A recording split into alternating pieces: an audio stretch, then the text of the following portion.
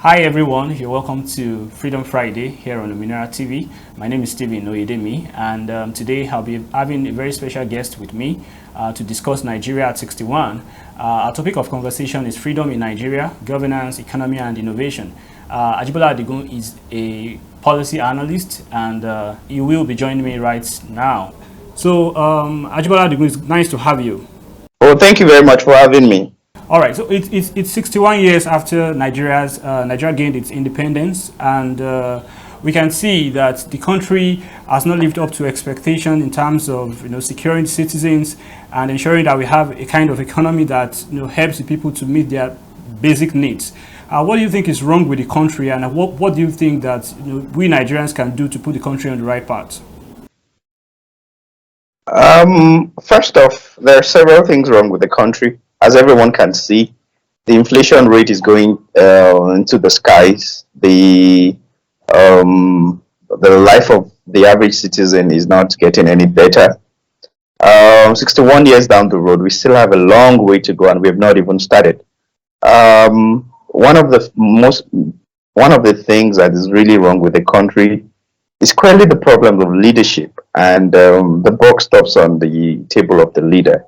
And so we find ourselves in a place where some of our leaders who are in very sensitive positions make declarations on TV about wanting to do Bole Kaja fight because they want to use that to make the naira grow.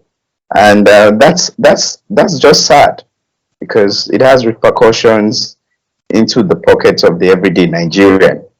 The inflation rate is not something that you joke with and that you fight on TV about. It's something that has to do with policies of production, policies of making sure that your economies are viral and are sustainable. I'll leave it at that.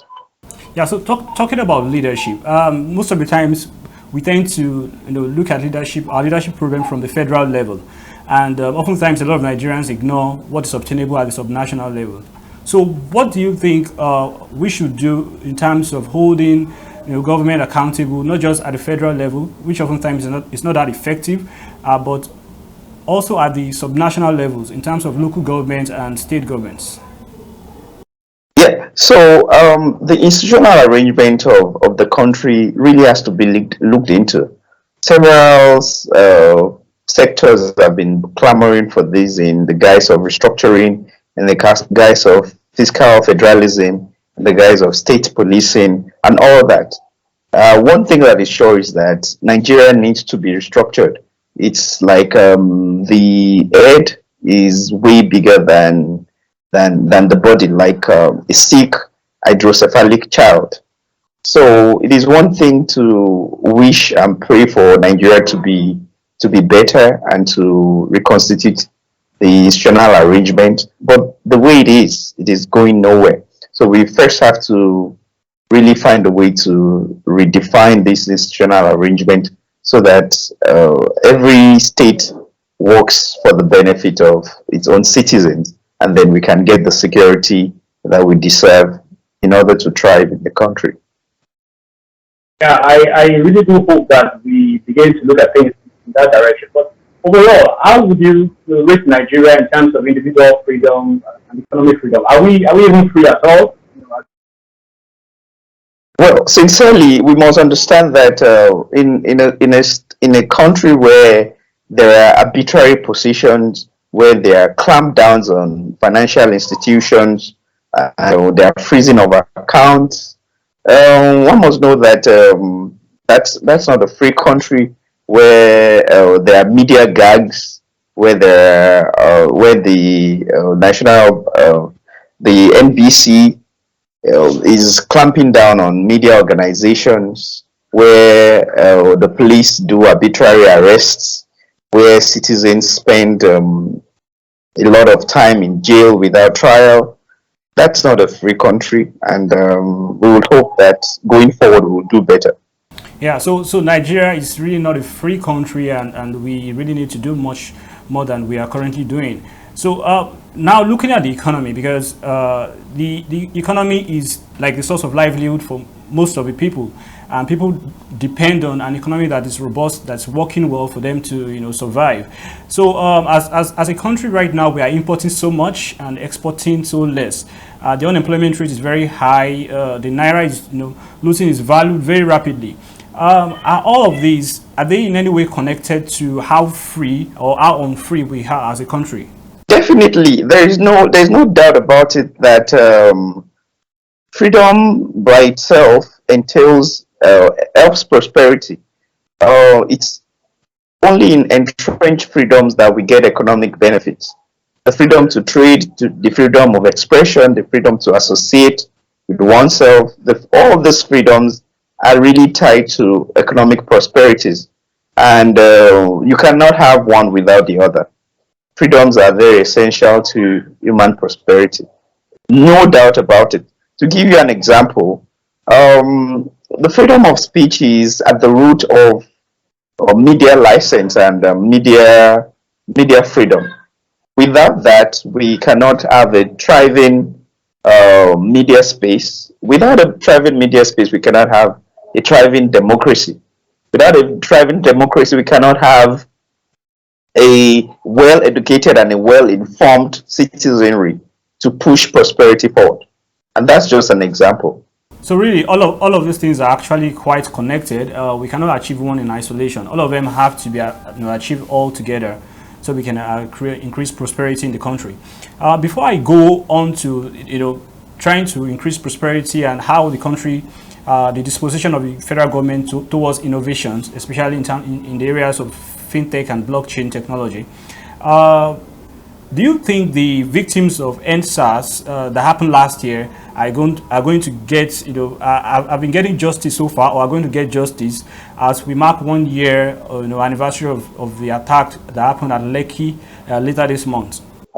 We will be fooling ourselves if we think that Nigerians would get the justice that they deserve without a fight. We must understand that the Nigerian state is a criminal enterprise by itself, and we only need to have an interface with any official of the Nigerian state. There is no place you go, whether for your passport or for your marriage license or for your driving license, that you don't meet grants, that you don't meet corruption, that you don't meet all forms of behavior that does not allow for a thriving country. Therefore, it doesn't take much to conclude that injustice is the name of the game in Nigeria, and we have to really fight for it. Is basically, and so in commemoration of the lost lives in Lekki, it would be my hope and desire that we keep the fight going. All right. So moving on to Nigeria's, attitude towards innovative technologies recently, you would agree with me that earlier in the year, the country, banned trading in cryptocurrencies, and there was also a ban on a number of fintech companies that help Nigerians to get investments in foreign currency. I believe this is actually connected to the fact that the naira is losing its value, and the federal government is just looking for ways, cosmetic solutions, not looking at the root cause of a problems to solve. So Nigeria is launching, the e-naira today, and what do you think about this? Looking at how the government has behaved towards other innovative technologies, do you think this is going to fly? Well, like the Yorubas will say that you don't leave a leprous skin and treats dandruff. In essence, the introduction of the e-naira does nothing to help an already thriving financial technology space that was already thriving. That was in fact the pride of Africa. Some days ago, I think it was The Economist or I think yes, the economics, or was it Bloomberg, that wrote a report about how the clamping down on the financial technology space is basically killing the end that lays the fowl rather that lays the golden egg. The financial technology space was already doing well by itself, and they were already carrying on despite all the roadblocks that were put in place by the Nigerian state. So the introduction of the e naira will be left to see. Already there are already legal fights about copyright issues from the company that the CBN gave the e-naira to, and you can see that from the word go, there are already problems. Even before with, it started. with the launch, and that tells you really what you need to know about the kind of people that we have put in charge of these sort of serious issues. It's the same way that the Air Nigeria was launched on paper, and there was no single flight that took off. I mean, so it is left to be seen, really. Yeah, it's really bad because we've seen over and over again that a lot of enterprises that are run by government tend not to do very well compared to those run by the private sector. But we have this situation at hand. There are a lot of barriers being created, in the way of financial technology and other technology innovations in the country. How do you think we can make policymakers see reasons to embrace innovative technology? Because we of course would agree, you of course would agree with me that this is connected to prosperity. If we have more of these kind of technologies, we can we can create a more prosperous country through innovative technologies. Yeah, I would to my mind, I would suggest that perhaps the government should really focus on places where the thriving financial technology space is not looking at. For example, the rural unbanked. We already have enough financial solutions for people who are literate like you and I, who can use the e naira if we desire to, who have domiciliary accounts, who have smartphones, who are really basically the customers of the financial technology sector. So I would suggest that they really look into places where the financial technology space doesn't reach. And I think that that's really what the role of government is all about, to really cater for those who cannot cater for themselves. As it is, most of us are doing just fine if they would just leave us alone. Yeah, thank you very much. I do hope that they begin to look at things in this direction. Thank you very much, Ajibola, for joining me on this first episode of Freedom Friday. It's been nice having this conversation with you, and I believe everyone that watch this video would learn one thing or the other and be able to see reasons why we should keep government on its toes, both at the federal and the state levels. Thank you very much once again for being here with me. It was a pleasure. So it's been nice talking to Ajibola Adigun, who is a policy analyst. We've touched on a number of issues, and I mean, looking at the country, it's been 61 years since our independence from the United Kingdom. Do you think the country is doing very well?